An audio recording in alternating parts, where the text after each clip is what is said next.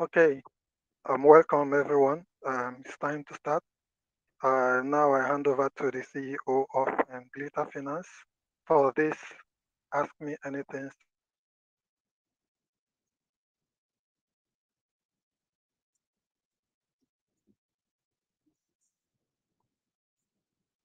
session. Okay, we are starting now. Thank you everyone for coming. We have already Mr. David, the CEO of Glitter Finance, is here with us. Mr. David, you Hey, can take it away from here on the Ask Me Anything session. all right. So I guess I'll give you a quick summary of what Glitter is. So Glitter is basically a decentralized, fully decentralized and trustless bridge connecting two non-EVM compatible blockchains of Solana and Algorand. Um, it features a very advanced technology, mostly because Algorand being created mostly of PyTeal and PL5, those are the programming languages, and Solana created out of Rust. These languages were not really made to work together well, at least. And so basically, combining them, integrating them has been a big technical problem, and it's a problem that we've now solved. Um, so we are now on testnet. Our testnet is live, and basically, what we are allowed people to do is to wrap any Algorand asset that you have and send it over to the Solana ecosystem, or vice versa. If a Solana protocol wants to be wrapped and then sent to Algorand, we can do that as well. We can act basically like a cross-chain DEX in that way. We've also created additional suite of software.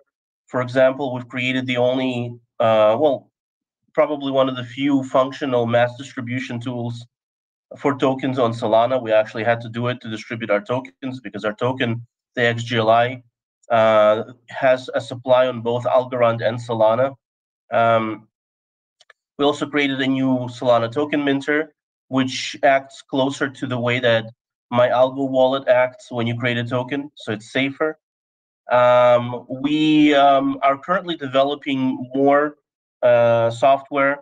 Some of it is to basically increase the value that you receive from using the Glitter platform. Other is to also increase the utility of the XGLI. For example, we're now working on the native token swap, which will basically mean that you can um, exchange the XGLI on Solana into an XGLI and Algorand. It's going to really increase the utility, the actual technical utility of the XGLI. It's also going to give you a method of transfer and value cross chain outside of just bridging. We're also creating, integrated yield pools. So basically, you know, um, there's going to be value there because the bridge will become, in essence, an investment platform. Um, Long term, we're also creating staking mechanism for the bridge. So yeah, I mean, this is kind of where we are. The current audit is being conducted by CERTIC. We are hopeful that it will be finished by the end of April. Another audit is being conducted by the Algorand Foundation. We were also audited by a major SEX. And of course, there was a really big internal audit as well. The bridge has undergone a ton of auditing. We'll also do penetration testing before we roll it out. So these are the kind of the security measures that we've taken. And yeah, I guess now I'm ready for your questions, whatever you may have.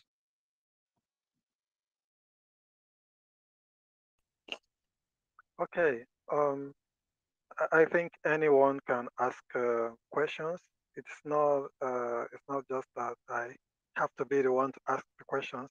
And if you can't ask questions in the voice chat, you can also drop it in the text chat and we'll read it. Well, okay. If I have to ask a question, there is a kind of sentiment on the Algorand side, like you are more focused on the Solana side, I mean, community side of it. Uh, Also, there, there were some issues at launch and the tiny man not having liquidity pool and all that. Right now, I still, in my own opinion, the liquidity is still not enough. So can you tell us your plans on the Algorand side of it? Right. So first of all, in terms of the Solana focus, one of the reasons that we were initially focused on Solana is because we needed infrastructure to actually launch the project. Unfortunately, Algorand at the time that we were launching still didn't have viable launch pads. I think the only multi-pad that offered Algorand at launch was TrustPad, maybe. So we actually had to convert or convince a multi-pad to actually have Algorand. This was the Aegis launchpad that came from the BSC ecosystem. Launching on both Solana and Algorand allowed us to both have infrastructure and to help the liquidity of for the bridge. So because of that, we did end up using some of Solana's infrastructure just to launch the token and basically secure, a kind of an traditional launch measures, basically, where you have multiple launch pads and you're able to do that. Um, we weren't going to list on the DEX at all at the beginning. The reason for that is we technically were not sure if launching on a DEX would cause a major problem with the disparity in pricing because our token is basically spread between two blockchains, Solana and Algorand. We were worried that basically launching on a DEX would create a situation where you'd have one price on the DEX and then you'd have another price on the central exchange. We thought it would be much safer to launch on a centralized exchange where you could actively control the prices at launch, and in this way you could achieve price parity. Obviously, all of this was wonderful in a theoretical sense, but in reality, we didn't count on the fact that TinyMan is the epicenter for trading in the Algorand ecosystem, and that somebody basically could just make a pool there. So, and that's exactly what happened. At launch, somebody made a pool of like $2,000 on TinyMan, basically preempted us, and so all of a sudden we were in a situation where there was tremendous disparity in price, and traders were kind of in a bad situation because some people actually ended up buying the token from that pool at very high prices. So, in other words, there was all of this stuff happened that basically we didn't plan on. It wasn't our intention to create problems for traders. We were really just trying to create an equality of price across two chains. And what actually ended up happening was just it was a mess up for multiple reasons that I mentioned. So, at the end of the day, we did add liquidity to TinyMan. Um, but basically at the because of because our launch happened kind of in a very difficult way. There were multiple issues that happened. For example, our market maker did not start to work on time because they mythically missed our launch. The centralized exchange that we basically talked to for over a month, having both Algorand and Solana working properly at the time of launch, did not have withdrawals being available on Algorand. And so basically, with all of these third-party partners not being able to just function at launch, this created kind of a tidal wave of panicked sell-off. You know, because the market maker wasn't on, there was nobody to resist the sell pressure at launch, which caused the coin to go almost to zero, which caused the panic amongst the VCs. We have many crowdfunding platforms, so we're not talking about traditional VCs that are holding your asset. We're talking about traders, individual traders making up communities that get very, very panicked when obviously when the coin is going to zero, and so basically you have this tidal wave of sell-off, um, and so so they created very difficult conditions for the token. And so even though we added the liquidity on Tinyman, we wanted to hold off adding huge liquidity on Tinyman because we didn't want to fund basically somebody's dumping of our token. We wanted to stabilize, and still want to stabilize the price. We feel that the only way to stabilize the price is to roll out added utility for the token within our platform, which is what we're trying to do. Hopefully by the first week of May. May take a little longer, but this is what we're aiming for. And so once there is at least the cross chain native token swap, where on our platform you can exchange the Algo XGLI into the Solana XGLI, we feel that that will increase the token utility sufficiently, where at that point, the platform itself will start to aid the value of the token. So, I mean, this is basically where we are at the moment. In terms of increasing the presence in Algorand, we're talking to many different startups in Algorand to basically start staking, to partner in terms of wrapping tokens of major projects in Algo and send them over to Solana. So in reality, we're doing actually a lot to have a bigger footprint in Algorand. But all of this stuff takes time. Basically with the launch, the way it went, we needed time to just kind of try to organize everything and make sure everything is in its own place.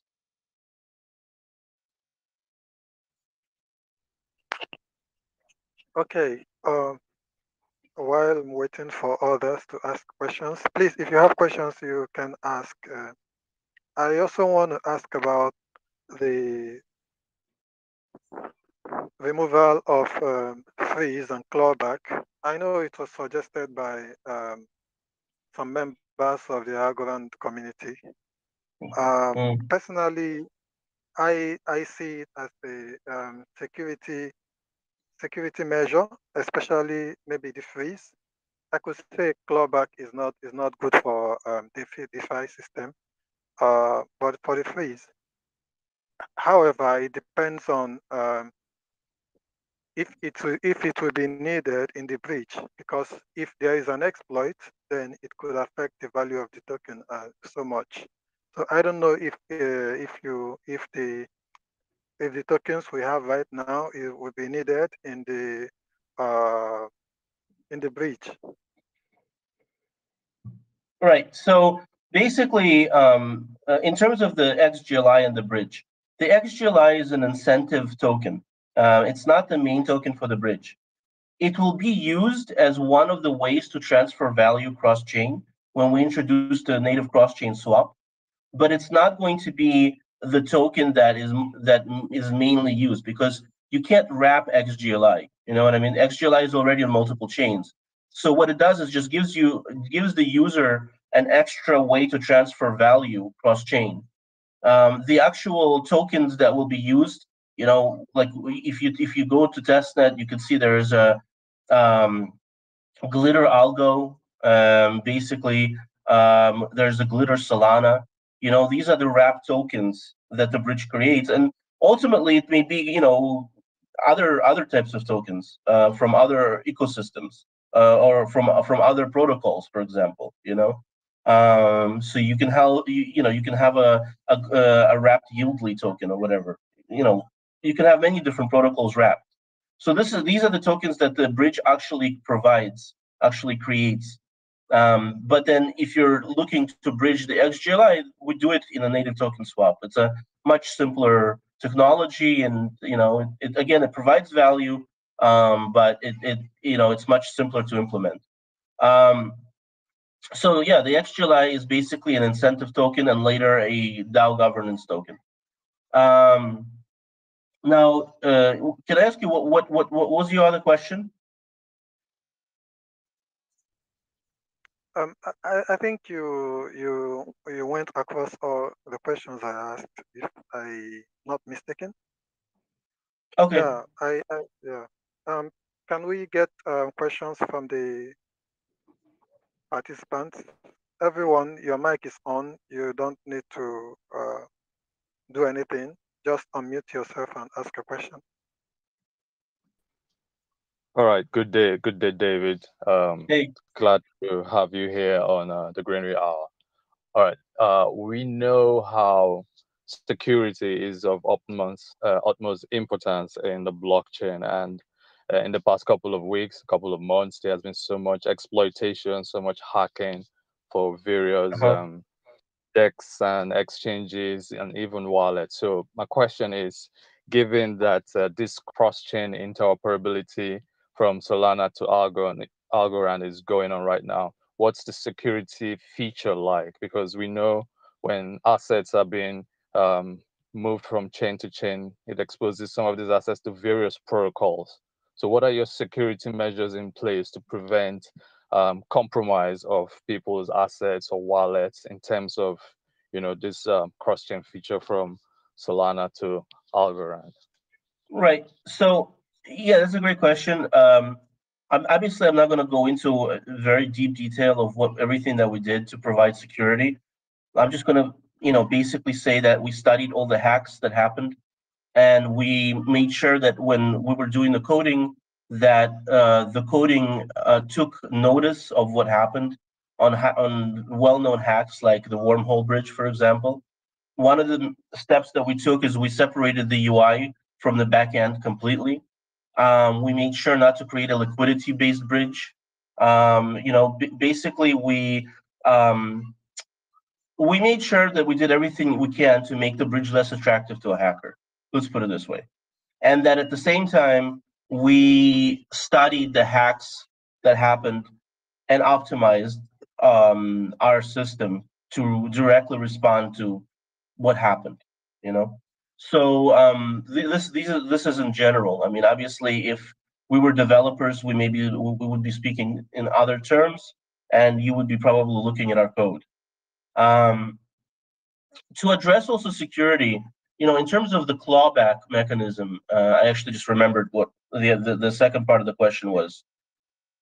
The reason we had clawback in the beginning is because our developers thought that it's a good security measure. It had nothing to do with the response from the community. We actually didn't know what the response would be.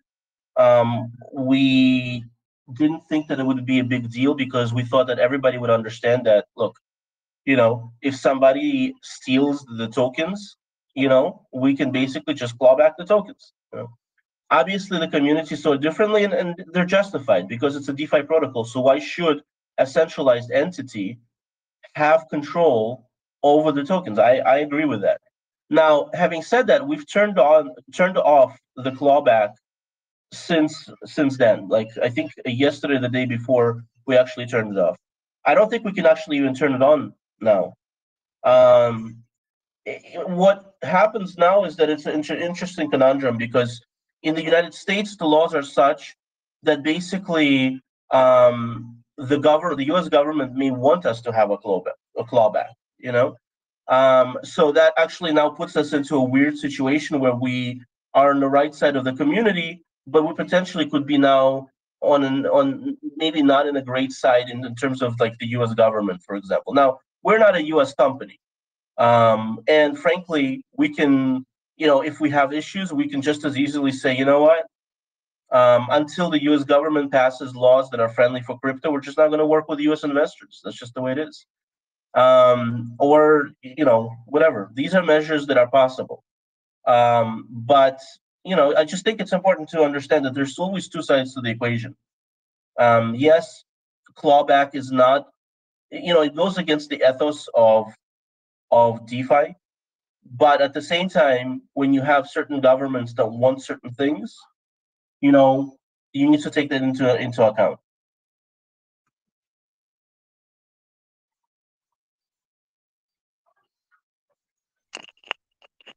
All right, I get that.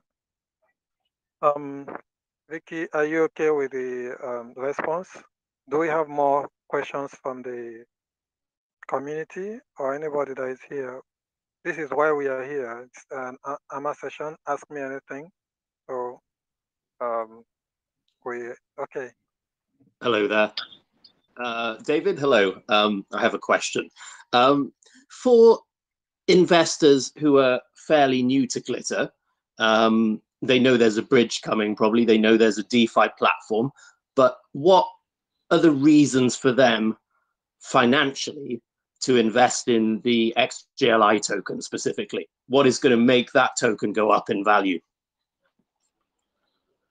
Right. So that's a good question. So on a short term, and I'm talking about like end of the first week of May, it's going to be a way to transfer value cross chain in a simple way. So, for example, you can transfer an XGLI on Solana to an XGLI on Algorand. It's a very hassle-free way of doing it, a very low-tech way of doing it. We actually have thoughts on possibly expanding the XGLI to every chain that we support, therefore creating kind of this very easy way of transferring value cross-chain. In that case, we would probably burn part of the XGLI on Solana to create space for the same amount of XGLI, let's say on Polygon or something like that. So that's one reason to do it. Obviously, there may be small arbitrage opportunities. That remains to be seen. As the project grows, we'll start to become more aware of how the price is across cross chain. Longer term, there's also going to be staking, which is a major incentive. This is in the works. This is planned. So that's another major, I guess, economic technical incentive. And basically we plan to grow the XGLI.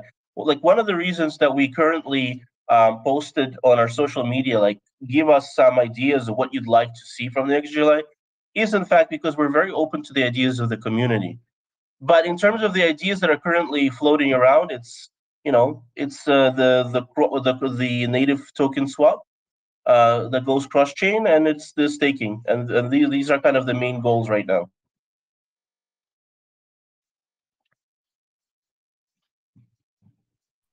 Okay, just to get clarification, for the XGLI, is the tokenomics structured out already? Because I think before you're able to implement staking, we need to understand what the tokenomics of the asset is going to be like, the total supply, market supply. So are the issues of tokenomics for the XGLI structured out or outlined at the moment? Yeah, the tokenomics are set in terms of like the total token supply and all of that. Yes, it's all structured. And don't forget, the staking is not something that we just came up with. I mean, staking is something we've been planning for months. Again, this is not something we're just implementing on the fly. We've been thinking about doing this for a while.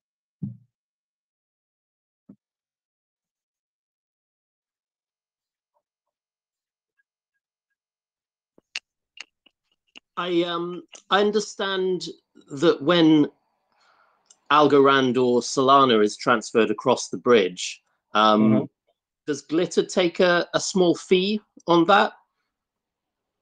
Yeah, there are going to be bridge fees. Okay, is that something that will contribute towards increases in the price of the XGLI token in some way? As of now, no. I'm going to try to explain this. So the primary revenue for the company, I mean, I'm just talking about basically the company, not the DAO, not the XGLI, but the company of Glitter, for it to basically continue to be able to develop the software cross-chain.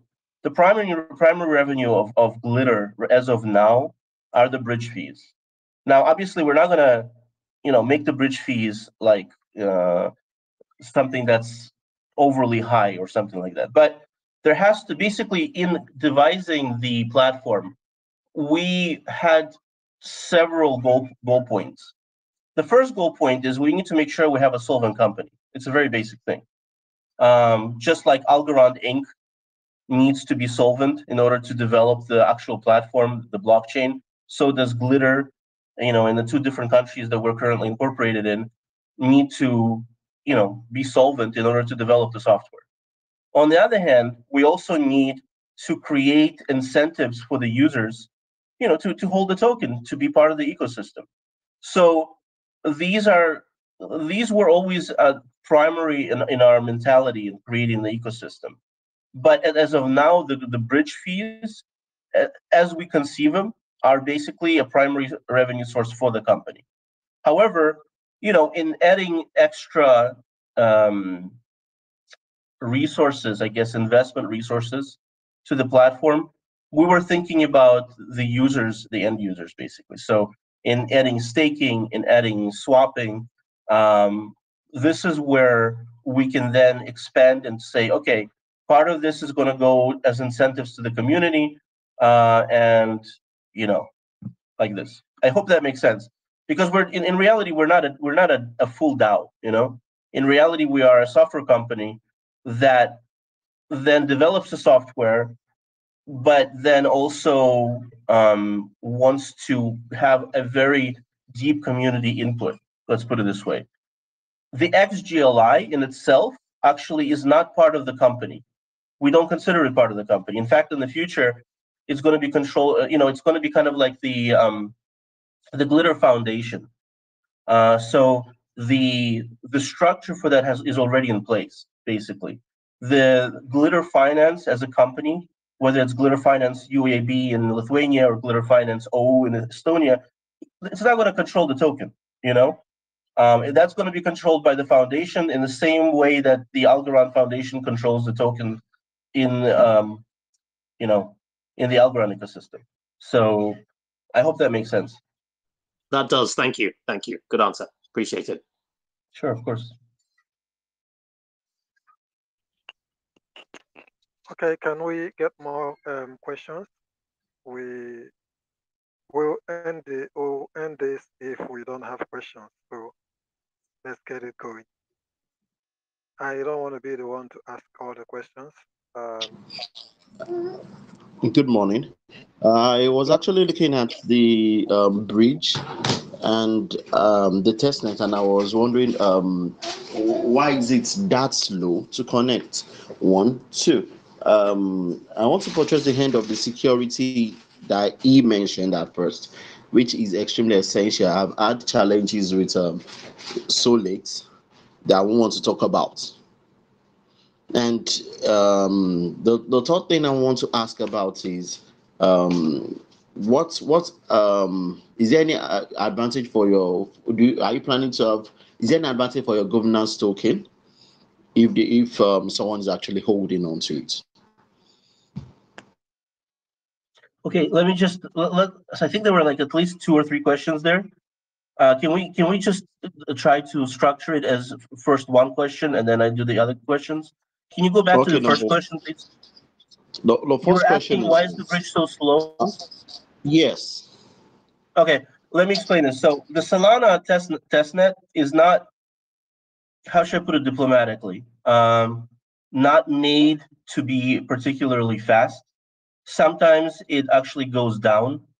We were actually going to implement a tracker for the testnet to kind of show the users that, look, the Solana testnet is down. Because truly, it was a very different concept with Solana testnet compared to the Algorand testnet.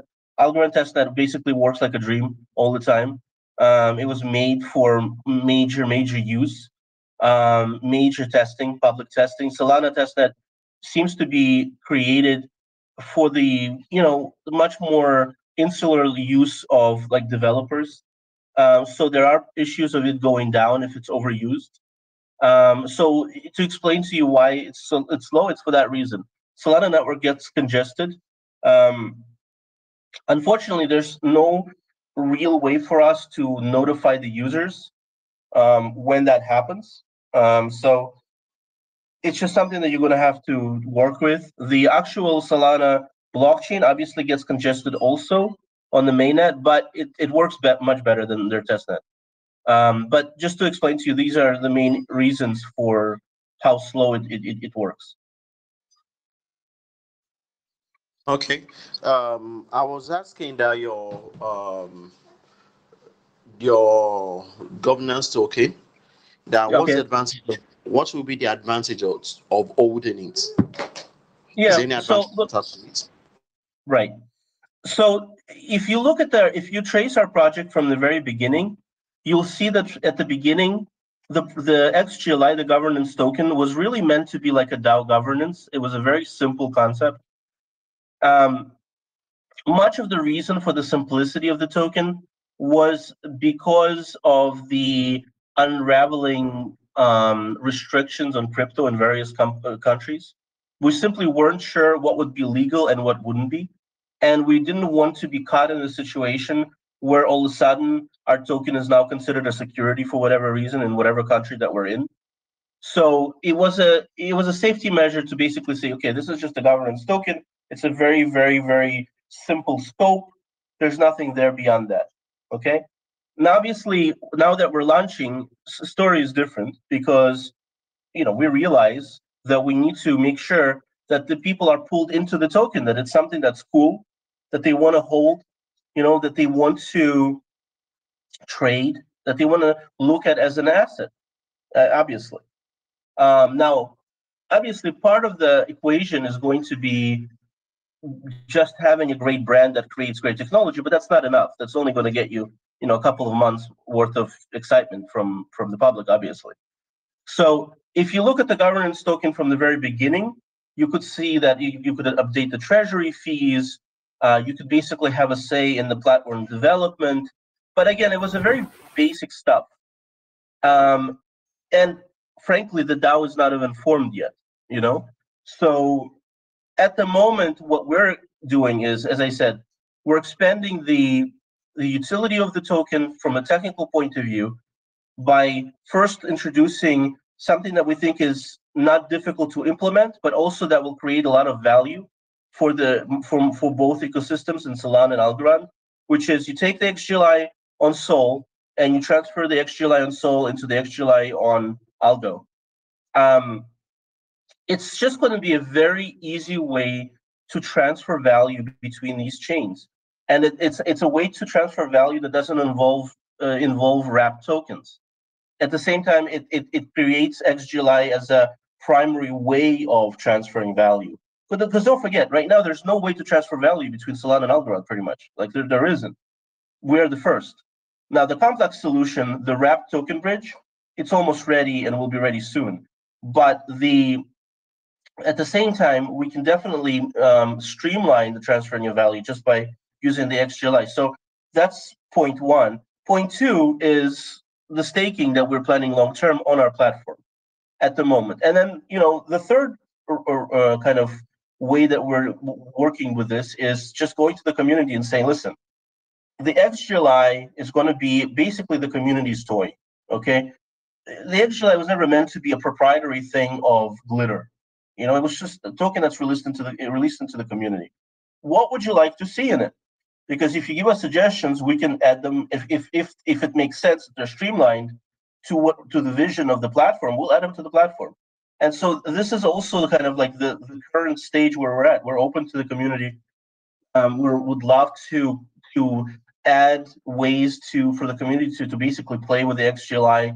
One of the things that I always wanted to do personally with the XGLI is to create like a charity fund. Basically, what we're trying to do with Anirand, that's what we could do potentially with XGLI for good, because we could create a pool that's basically a charity community pool where the DAO members can basically decide where the XGLI go to different causes. It wouldn't be controlled by Glitter, with the Glitter team. Maybe some of the Glitter team would be part of the DAO, but basically that would give a really great use case for the XGLI. So that's one of the things that I personally wanted to do. And the third question, not just more of emphasis on security hand. I and some other people around me have had wonderful experience with the Solana wallet, and it was not a good one based on security hand. And because of that, I really want to link anything with my Solana wallet. And if your security hand is quite strong, it will encourage people to step in more. I'm sorry. I'm trying to understand. Does anybody else hear this like echo right now? Okay. Okay. Is it I'm better? trying to. Yeah, this is better. Yeah, I'm trying to understand the complete question. I don't think I'm getting it fully. Are you asking me how? No, I'm not really asking a question. I'm just emphasizing on the hand of security that's quite Okay. essential. Some of us have had terrible experience with Solana wallets, and we won't like to even talk Yeah. about. So Yeah. please do. So look, I mean, in reality, like I know that Soulflare is a very solid wallet. I know that for a fact because we have really great devs, and they're very, very Algorand centric. Let's put it this way. First of all, we have to understand that the way that software is developed on Algorand and the way that it's developed on Solana, to a large extent, is very different. Because, for example, like when you take the Algo Wallet was developed by a really well-known company with a very known CEO, very known developers, where there was a ton of responsibility that would be had if something went wrong, you know? And then they later added the feature to create a token, you know? And when a wallet that's developed, or a software in general that's developed in such a responsible way, let's put it this way, gives you an opportunity to then create a token in the ecosystem, everything feels very safe because you can trace who created it, how they thought, who you can basically blame if something goes wrong. This is the way the Algorand ecosystem works. This is why, in many ways, Algorand ecosystem is at the very top. In Solana, you don't always have that. Sometimes you have, non-docs teams, you have many different things going on, so the technology is not necessarily developed in that type of way. However, having said that, for example, Soulflare is a very, very solid wallet. I think security wise it's very, very good. This is why we use it all the time. We try to work with Phantom, but we discovered that basically Phantom glitches very badly with my algo, and as much as we're trying to kind of fiddle with it to make it work, it just became a situation where it didn't make long-term sense for us to keep working on Phantom. Rather, maybe let the community there resolve those problems, and then we can come back to it. So, but in terms of at least Soulflare, we know that it's a very solid wallet. Our developers went over it, and it looks very good. Let's put it this way.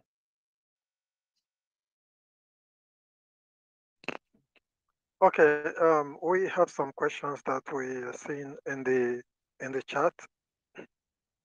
I have one. What makes your project different from other projects? Right. Annie? So, well, name other projects. You know what I mean? Like it's a very general question. Other cross-chain bridges? I mean, you need to give me specific projects because then I can talk to you. Okay. I asked for her to rephrase the question, and that's what she came up with. So let's go to the next one. Today we know the hackers are very active in the market, and almost every day we hear about other hacking attacks everywhere. Then, can you provide some information about the current project security system? How safe are investors' funds? Has there been an audit? I already actually answered this question, I think at least twice. So, I mean, yeah, I know. I just had to read out from the chat. I mean, look, I'm not a developer, and I'm guessing the question is not from a developer either. The best thing you can do is literally go to the Algorand developer community, touch base with our principal software engineer, and we'll show you what's under the hood. We've taken very exhaustive measures to make sure that our software is safe. We are very aware of the situation with the hacking. The project itself, the bridge, is going to have at least 4 or 5 different audits, including penetration testing. So, in terms of the audits, it's being conducted by Certix. So, it's the premier brand in the business. We actively studied hacks. We've separated the UI from the back end. This is one of the major safety corrections. To a non-developer, that's probably not going to say much, but basically to a developer, that will tell you a lot.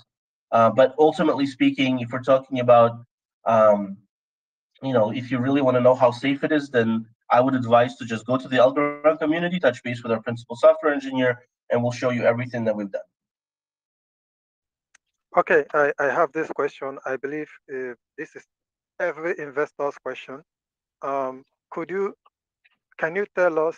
Okay, yeah, can you tell us in how many intervals of time one is being rewarded here? Okay, how does my holdings grow in value? I think I just answered that like twice.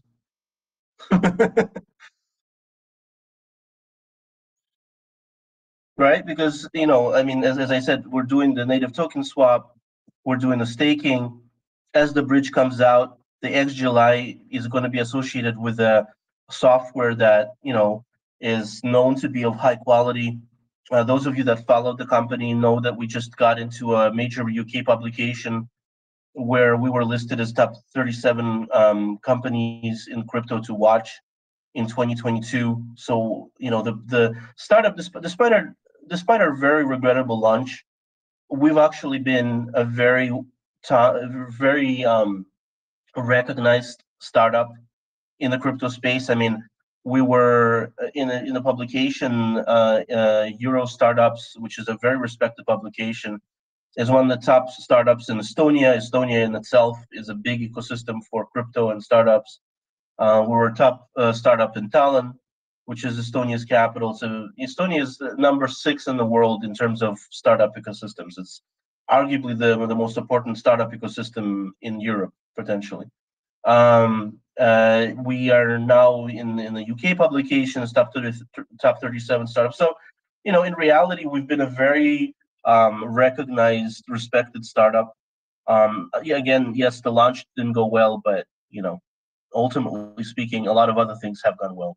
So my response would be, well, I mean, the token is associated with a really good startup with really high level technology, and we are developing use cases for the token. We're also very open to the community giving us kind of advice. What do you want? What do you want to see? What you want to see, we'll potentially implement, as long as it doesn't interfere with the end vision of the company. So I think that all of that will have a bigger impact over time as to what happens to the token and the value that it has. I have a question. Can I talk? Sure. Can I talk? I have a question. Okay. Okay. And please, we all know that Glitter Finance is a very huge project and very, very promising. But staking for this Glitter token is not enough to drive the value of the token to a greater height. I don't know if there's any other thing on the pipeline that can drive the token to have for people to have the disease to hold the token for long term. We all know that Glitter Finance is working on a one bridge, this thing from Argo to Solana. Then from your roadmap, I saw that you guys plan on introducing Tetra and other bridge platforms. But the main thing here is that we all know that staking only is not enough to hold the value of a token. For we that are holders, is there any plans on introducing new products that are attached to the token that will help drive the price of the token upwards in the nearest future? Thank you. Sure. Well, I mean, I did just discuss the swap. So we think that the swap of the token is going to be a pretty big thing. Again, don't forget, our positioning is that we're currently the only way you can transfer value from Algorand to Solana. That's it. I think there's one more company developing a Solana bridge to Algorand, but they're like a year away, you know. So we're here now. We're the only way that you can do this, okay? And we're now offering two different ways of doing it. You can do it through using us as a DEX, a cross-chain DEX, where we'll put your token to the bridge, wrap it, and you're on the other side, right? Or you can use us as a token swap and use the XGLI. You take the XGLI on one chain, swap it to the XGLI on the other chain. That's it. The only other way you can, the only other time you can do this is using Buybox. But Buybox is not, Buybox, first of all, Buybox depends on us, you know, on how much we provide them supply of the tokens. Number two, Buybox has not been consistent per se. So in reality, once this native token swap comes out, it's going to be a very, very solid way for the community to transfer value. So that is a pretty big thing, in our opinion. Okay. Thank you very much. Thank you very much. Hello. Okay, Hi. David. I I have a question. wanted to find out. Okay, the testnet is currently running. I've been very unsuccessful in bridging with the Solana. I've done that with the Algorand. So I wanted to find out, is there a deadline for trying out this testnet? Is there a deadline, given the fact that you've mentioned the issue with Solana having downtimes and lag times? Is there a deadline for the testnet? Well, I mean, the testnet is now live. So, you know, I know that we've had sometimes issues with Solana when the testnet was down. And of course, there could be an error. I mean, I'm not excluding that fact. This is why it's testnet ultimately.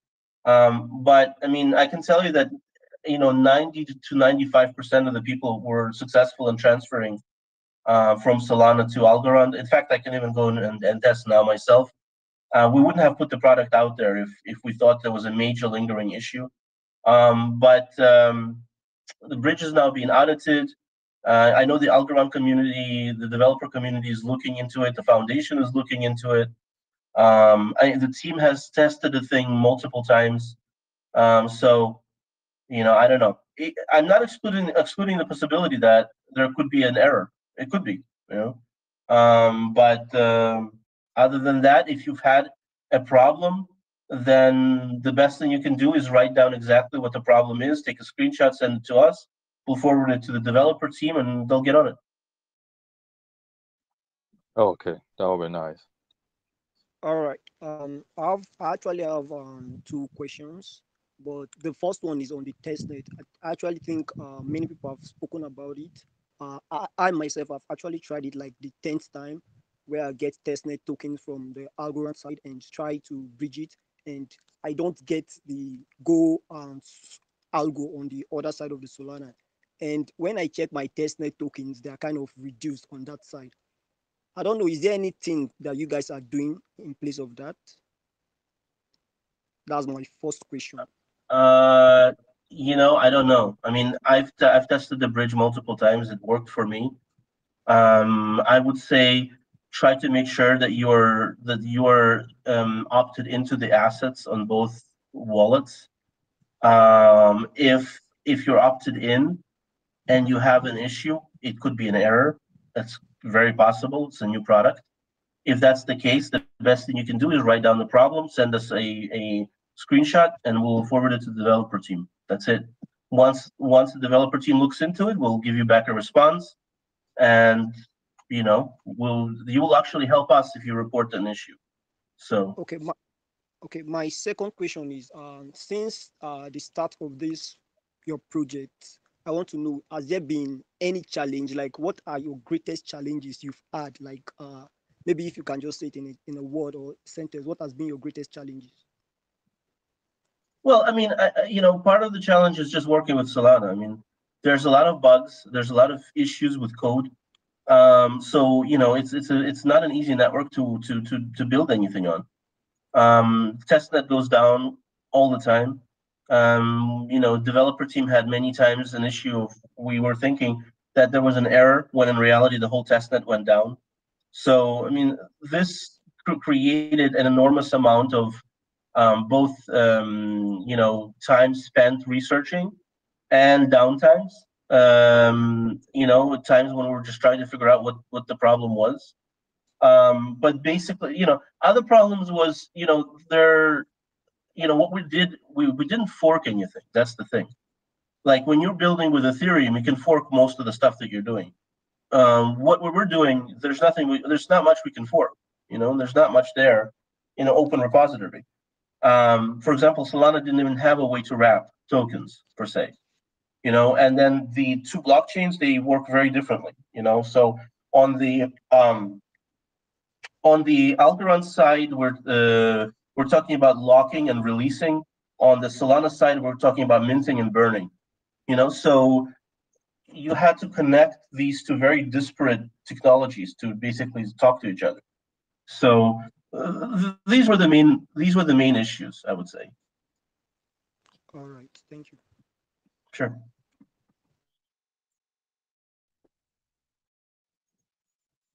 Okay. Do we have more questions? While I'm waiting, I want to ask this question. For the bridge in the future, what's going to be the fees? I mean, I actually want to know what can help the investors, we the investors, if the income will be coming to Glitter Finance from the bridge, what is coming to the investors? Is there a way what are we going to benefit on the long run? I want to know why we should know. From the bridge? Well, I mean, from the bridge, like I guess the most obvious answer is you will be able to bridge your favorite assets, let's say from Algorand to Solana. You know what I mean? Like that's a pretty big incentive. I know that many people love Algorand, but would they necessarily love to try Solana? Absolutely, because of the different ways to create investment um, um, through the ecosystem. So, look, this is not a bridge where we're creating like a minor piece for the ecosystem. This is a big structural piece. So, I think the logical answer is, the ability to connect two very disparate ecosystems and to derive value from your favorite tokens. But may I? Yeah. Oh, sorry. Go ahead. Okay, wonderful. So what I see is that the bridge is certainly a value to both ecosystems, hopefully potentially tremendous value, but there seems to be a disconnect between the value that's going to the ecosystems and the value that's going to the token holders, XGLI holders. Would you consider potentially that a percentage of bridge fees could be used to go to the XGLI holders somehow, or a percentage of the fees that come from the DeFi platform that is going to come later? The bridge fees, no. As I said, we want to keep that as a revenue for the company. But the DeFi platform, absolutely. That was always in the plan, So okay. Yeah, the bridge fees, we just felt that we need to have at least one straightforward way for the company to have revenue, which is very simple. And the bridge fees are in fact a straightforward way that the company can ensure that we are solvent and that we can continue to develop the software. But in terms of the DeFi platform, absolutely, I don't see any. In fact, this is preferable. Okay, that's very good. That's very good. Perhaps you could tell us some more about the DeFi platform, because I feel like recently of course, the bridge is what's coming soon. So we've been very focused on that and a little detached perhaps from what's coming further down the line. Right. So the DeFi platform is going to have a native token swap that I already talked about, staking that I talked about. It's going to have the overall swap where you can swap multiple different tokens. So that's coming as well. It's going to have integrated yield pools where Potentially it could be our yield pools or yield pools created from the wrap tokens that we create. And so obviously there's going to be fees from that. We're planning to create maybe a commission scheme for the users that could involve the XGLI. So, this is the investment platform at the moment. So there's quite a few really major things coming into the DeFi platform. That's really good. Thank you. Thank you. Sure.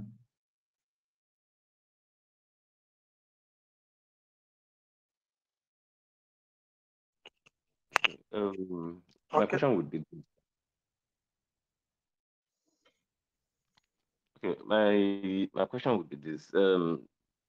Recently, there was funding that came in from Binance to one of the bridging platforms, Ronin, and we all got to hear from the media that Ronin had an exploit in almost $1 billion, I think over $600 million or so.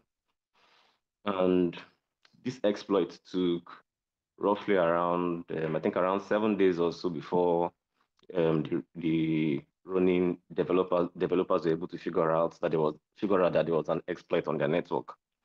So my question would be this: how does your project or your products, how does it trail such kind of exploits to probably have some kind of pre-information or pre-notification before such kind of exploits occurs? Because for me, I think I actually consider it very, very careless from the running developers to have only noticed an exploit for roughly around 7 days. I think it's quite a very long period of time.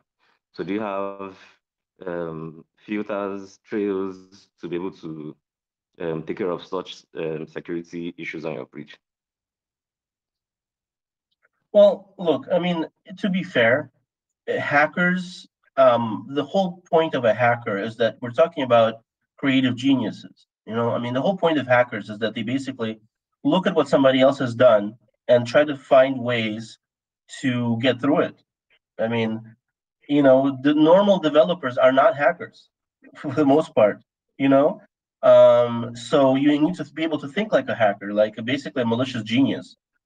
And so I don't think it's particularly sinful that they took them 7 days to discover that they have an exploit. If somebody is very, very clever and thinks very differently from the people that created the protocol, those people just may have been not even thinking in the same way to be able to figure that out. Now, is that a good thing? No, but I mean, hackers are hackers for a reason. They think outside of the box and they invent ways, to screw up somebody else's work. I mean, of course, it'd be lovely if they used their ability for something good, but this is the world we live in. In terms of what we can do about it, I mean, we are showing our bridge and software to the developer community of Algorand, and basically we are taking in their feedback. This is what we can do. I mean, obviously having multiple audits helps, but I think just talking, when real developers talk to each other, that's where you get a lot of the bugs out. So this is what we're doing. Okay, but the crypto space now seems to be very, very, very vast.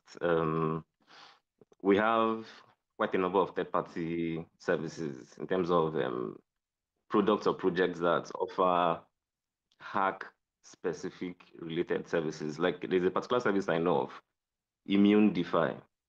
What basically Immune DeFi does is that you basically present your products and they're able to engage quite a number of hackers with some of the incentives, and they're able to find out if there are security breaches or holes or loopholes in your network.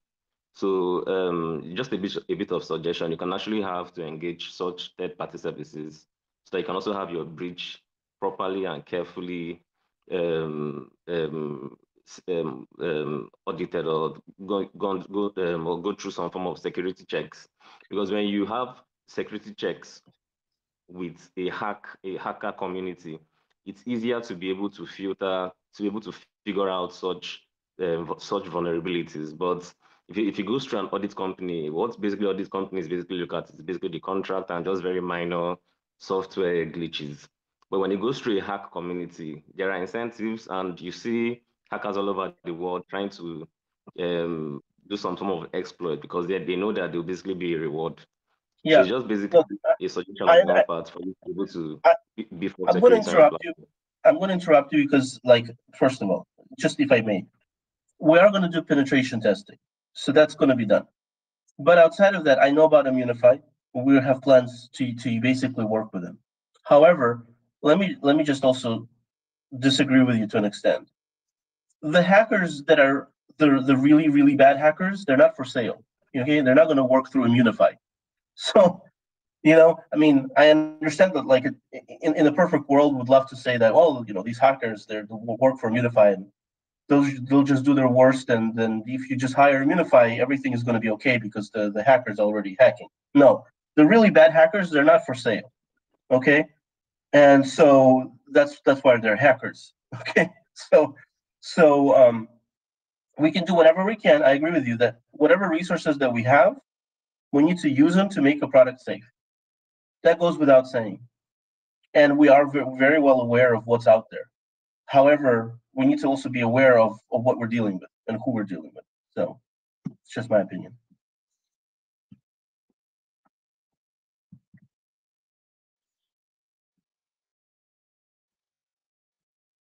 All right.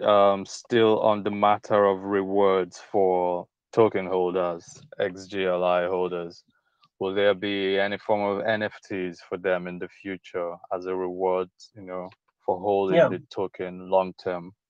Yes. I mean, that's why we created Cyril, the mascot, because we were getting into NFTs. There's a plan to cross-chain NFTs as well through the bridge. So yes, there will be rewards. If we're talking about NFT rewards, absolutely. Okay, that's cool. Okay, then are there plans in future to incubate other projects? Projects that offer that need some DApp services. Are there plans in future to be able to have your products on maybe through an API on some of these DApp services? But I think that should be able to add more value to your utility. So we did have plans to potentially create a launchpad. Right now, this is all kind of up in the air. It was a hypothetical. What would happen to the XGLI if we were also a launchpad kind of thing?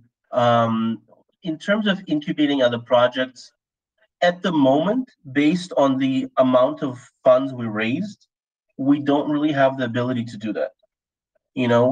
So we didn't have like a $10 million raise, a $20 million raise. It was just under 7 million. And so we have just enough to develop our product until we are a revenued company. And we see that there's an opportunity to really have money come in. Because right now we're just building an investor funds. That's basically it. So, whatever we do to incubate another project, it would be through investor funds, basically. And at that point, in a way, it's a misuse of investor funds because investors gave us funds to build a platform. So we're not gonna use investor funds to incubate anything. It just wouldn't be proper. So at the moment, we don't really have that opportunity. What we're doing is we're really building up the platform. Once we're a revenued company, once we feel like the XGLI has been established, we can potentially incubate or even invest in companies via the XGLI. And then that would be much more simple and much better, I think. Okay, are there plans to have DApp service based projects integrate your bridge on their platform? Oh yeah, absolutely. Okay. I mean, obviously, I'm not going to tell you what they are because it's internal company stuff. But yes, we're talking to a number of protocols, and. Okay, that will be fine. Thank you. Sure.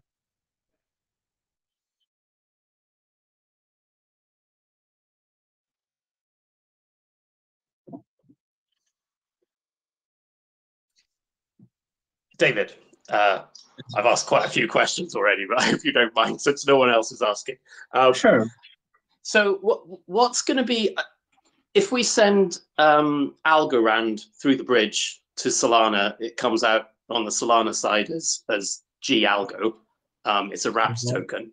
Whereas, what is going to be the difference between that and sending XGLI from one blockchain to another? There's no bridging with the XGLI. Do I understand that right? Sort of correct. It's a swap. Well, the difference is G-Algo is going to be its own token.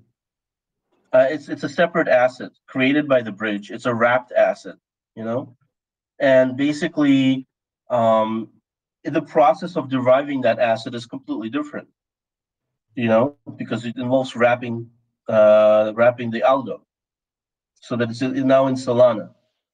And so, yeah. Do you anticipate fees in sending XGLI from one blockchain to the other, or is that going to be a simple, straight-through process with just the chain fees, like the Algorand fee of 0.001 algo? There will be fees to swap, like anywhere else. I don't expect them to be high. I think probably the fees are going to be quite a bit lower than bridging, because it's a much simpler mechanism, basically. Yes, there will be like a small fee, but it's not. Okay. It's not going to be like, it's not going to be PayPal, so. Yeah, I get you. That's the answer I'm looking for. Yeah. Thank you.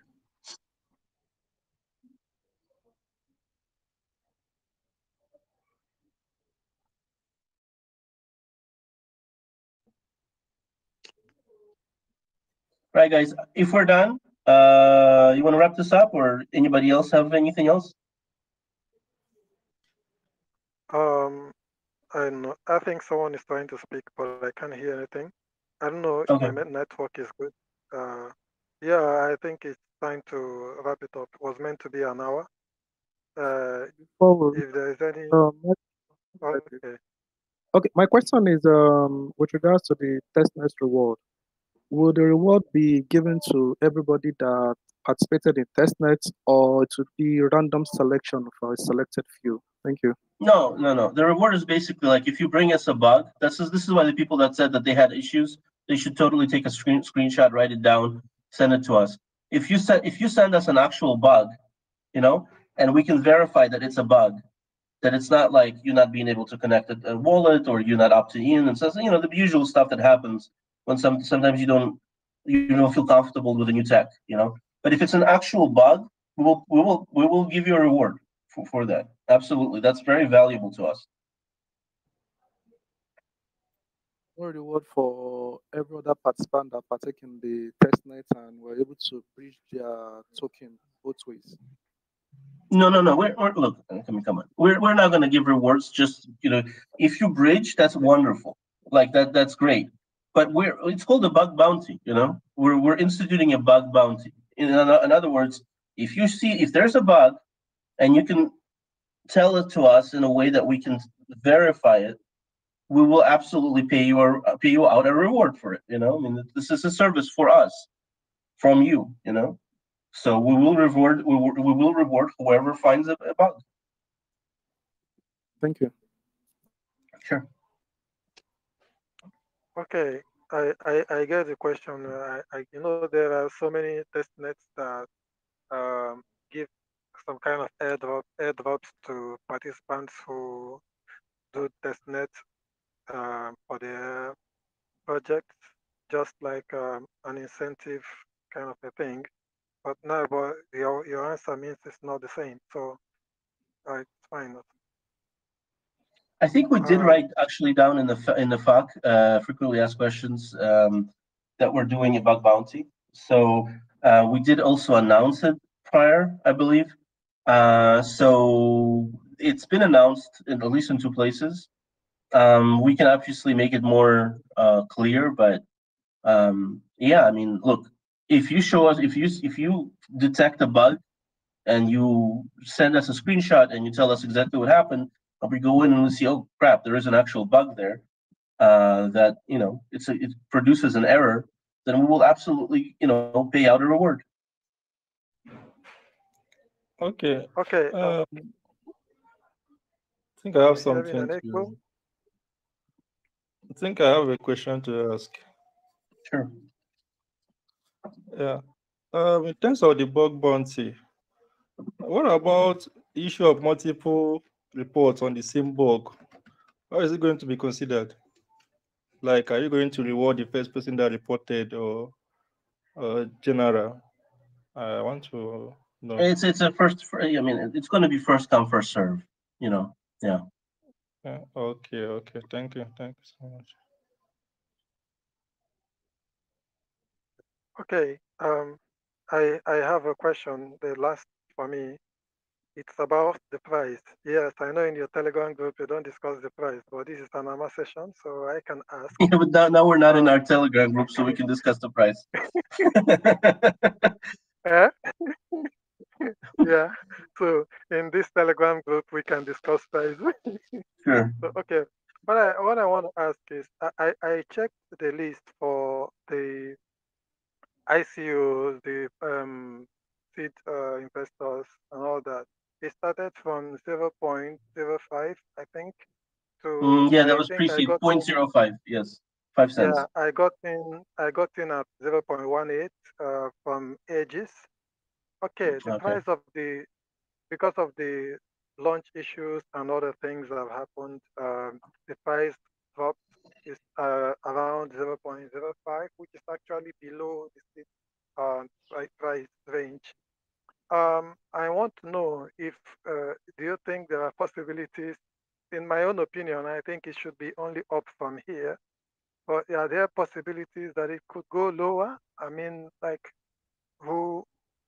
Because I don't expect anyone to sell at a loss when more tokens are released for the private sellers or pre-sellers.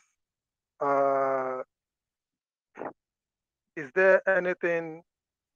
Because most times, what people assume in things like this, if the price goes lower, they will feel like it is the team selling or the dev selling. Meanwhile, because every other person bought at a higher price than the current price. So Yeah. can you say something about it? Look, there's only two things at this point that can truly affect the price. Let me first say, we've instituted buyback that we announced pretty much straight away. So within literally the first 3-4 days, we were instituting a buyback. We bought millions of tokens back. Okay. And so in terms of what the team can do to make sure that the price doesn't go low, we've done. We have a market maker. We've invested hundreds of thousands of dollars into those market makers. Now, at this point, there's only two types of influences that can influence the price. It's the community and the support and enthusiasm the community has for the token, and the technology. Okay. Now, from the point of view of technology, we're taking care of that.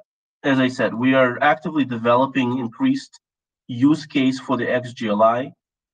We are actively going to the community asking, what would you like to see? We're developing new tech. We can't roll it out all at once. It's just not possible. The platform is young. But we can certainly work on it and make sure the community knows that we are here making sure that your investment is developing in value, okay, and it's being supported. This is what we're doing. So we've done that from financial point of view through the market makers and the buybacks, and now we're doing it from the technological point of view. So there's already two ways in which we are supporting the token. Now, in terms of the community, if there are, so look, to be totally honest, as you know, we don't have first-tier VCs, okay? This is just the way it is. Many of our VCs are crowdfunding platforms. I've described this at length in the chat, actually. And, we have VCs that caused us major problems. The reason that happened is because the price fell.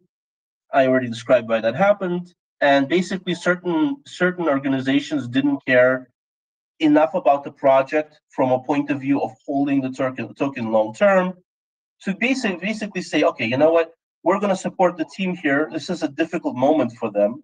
But all in, like if you look at Glitter, all in all, it's a really well-respected startup, but they had a bad launch. We'll support them. Well, guess what? We had like 5 or 6 VCs that basically didn't act that way. What happened was when the token went almost flatlined, what we got is we want a refund, and this was happening at the same time as the community was going nuts, and justifiably so. I understand it was a bad launch, but basically the pressure on the team was almost unbearable. I mean, just being honest, we had threats. It's a miracle that the team survived at all, to be honest. So, it was so bad that our main principal engineer right now no longer wants to deal with investors, any investors, VCs or private investors. He just won't talk to anybody. So, so we were in a very difficult situation. We were forced into into potentially bad situations. I'm not going to go into what they were. You can probably use your imagination, but basically, it wasn't good. So we've tried since then stabilize the situation with the help of the community. We've bought back. We've instituted ways to increase the token value. Can it go less? Yes. If the community basically does not support the token, and if we have people that just want to make a quick buck, yes, it can always go less. That's just the way it is. The token is supported by the community. If we don't, potentially, if we don't do enough to intrigue you to hold the token, and if we don't communicate enough with you, and if you get down on the token, and we have bad VCs, absolutely, the token can go down, whatever, pretty low. But we're doing, I feel, we're doing a fairly decent job right now to engage in the community, to working with everybody, and to also increasing the value of the token just from the platform point of view. So I think that at this point we are, knock on wood, on a good trajectory. We've again been recognized in a nice publication. The platform is being audited. It's going to be out soon. So from my point of view, we're in a really good direction. But can bad things happen? Absolutely. Unfortunately, that's where we are. There's not much we can do there. I am very sorry for the people that came in at 18 cents. The plan to basically have the IDO at 18 cents was developed before major problems arose in the market. It was before the February crash. It was before the Ukrainian war, which also affected the market really badly. The whole point of it was just to bring up the value of the project. We were trying to basically just make the project and the token more prestigious. That's all. It ended up, biting us in the butt. But there was no actual malice behind it. So unfortunately, it is what it is at this point, and all we can do is work to strengthen the token. Make sure that the brand stands for excellent technology, and a good team, and move forward. Okay. Thank you for everything. Sure. I invested at that price, but still I'm holding the tokens. I'm buying more at a lower price. So Thank hoping you. for the Appreciate it. best. Thank you for coming Thank you. around.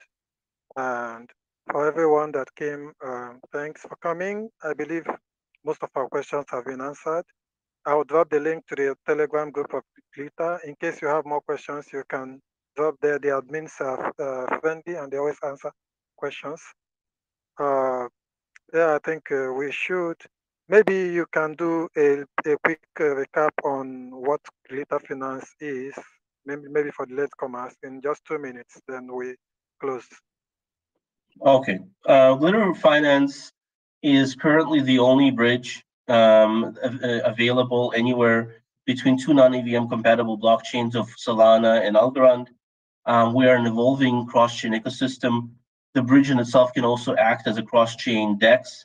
For example, we can list tokens of other protocols, wrap them, and send them to a different blockchain. We are also developing as a DeFi investment platform through staking, through a native token swap where we utilize our own governance token, the XGLI. and through integrating the yield pools. The platform itself is actually very interesting because it's a combination of a traditional cross-chain bridge with wrap technology, wrap tokens, that also combines a governance token, which is an incentive token, but also which provides a way to transfer a value between two very disparate ecosystems of Algorand and Solana. So we actually what we end up doing is we give at least two ways to bridge I would say I don't want to say monetary value, but value between, or bridge assets between Algorand and Solana. So yeah, I mean, basically what we did is we opened up the two ecosystems, allowing for the much greater TVL to basically happen between both of them, mixing the two technologies. And yeah, that's the service that we're providing currently. We're on testnet. Outside of that, we also created extra suite of software. For example, we created a mass distribution tool on Solana. That is one of the few distribution tools that actually work. We fixed the vulnerability of, there's a protocol called Bonfida on Solana. They're the ones that created this distribution tool, but the code is vulnerable, like a wormhole has the same issues. So actually what we ended up doing is we fixed the vulnerabilities, put on our own UI, and basically created an in-house custom-made mass distribution tool. We also created a new Solana token minter where we improved the way it works, basically because it works like MyAlgo, where you can have your own Solflare as the creator wallet, so it's a much safer tech. So we already kind of put out a whole bunch of stuff that's really, really high level. We're potentially planning to create our own Algorand mass distribution tool as well. So yeah, I mean, we're a company that's currently really enriching two very disparate ecosystems and allowing for much greater exchange of value between them.